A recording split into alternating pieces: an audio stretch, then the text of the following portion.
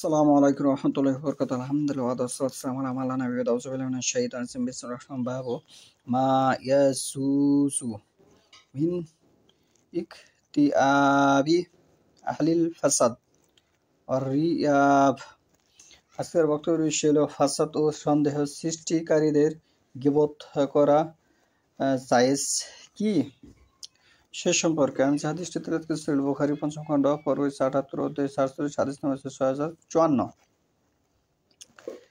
হাদিস নম্বর হচ্ছে ৬০৫৪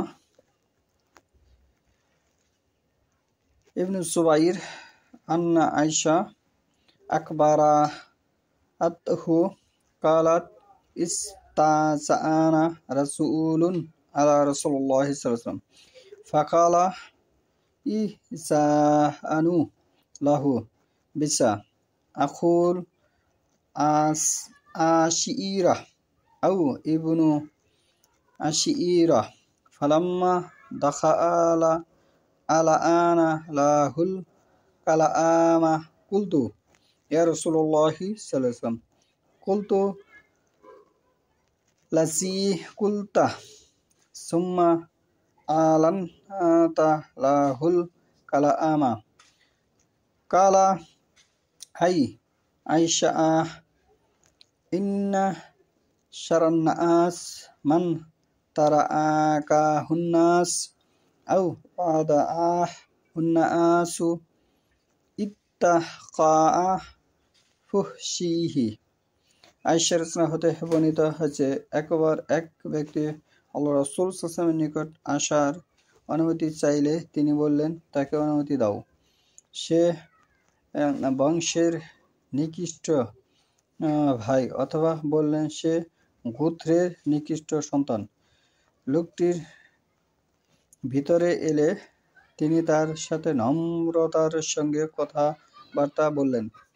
তখন আমি বললাম, হে আল্লাহ রাসূল, আপনি এ লোকের ব্যাপারে যা বলার তা বলেছেন। পরে আপনি আবার তার সাথে নম্রতার সাথে কথাবার্তা বললেন।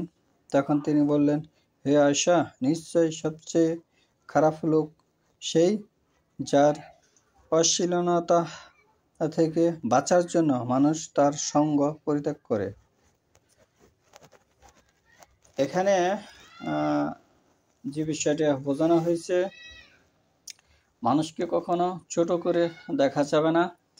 মানুষকে সে খারাপ আছে সেটা তার, কিন্তু যখন তার সাথে আপনি কথাবার্তা বলবেন, তখন তার সাথে নম্রভাবে ভালোভাবে আচার ব্যবহার করতে হবে। এই হাদিস দ্বারা স্পষ্ট বোঝা যায়, সে যদি খারাপও করে থাকে, তার খারাপের বিষয় সেটি উপর আল্লাহ বুঝবে, এবং সেটি সমাজ আছে তারা বুঝবে, রাষ্ট্রের বিষয় বুঝবে। কিন্তু আপনার সাথে যখন ওই খারাপ লোকটা কোনো বিষয়ে আলাপ করবে, কি উঠা বসা করবে, কি চার দোকানে বসে চাই খাইলো, তখন তার সাথে নম্রভাবে আলাপ আলোচনা করতে হবে। তাকে ঘৃণার চোখে দেখা যাবে না, তাকে অবহেলা করা যাবে না। এটি এই হাদিস দ্বারা স্পষ্ট বোঝা যাচ্ছে।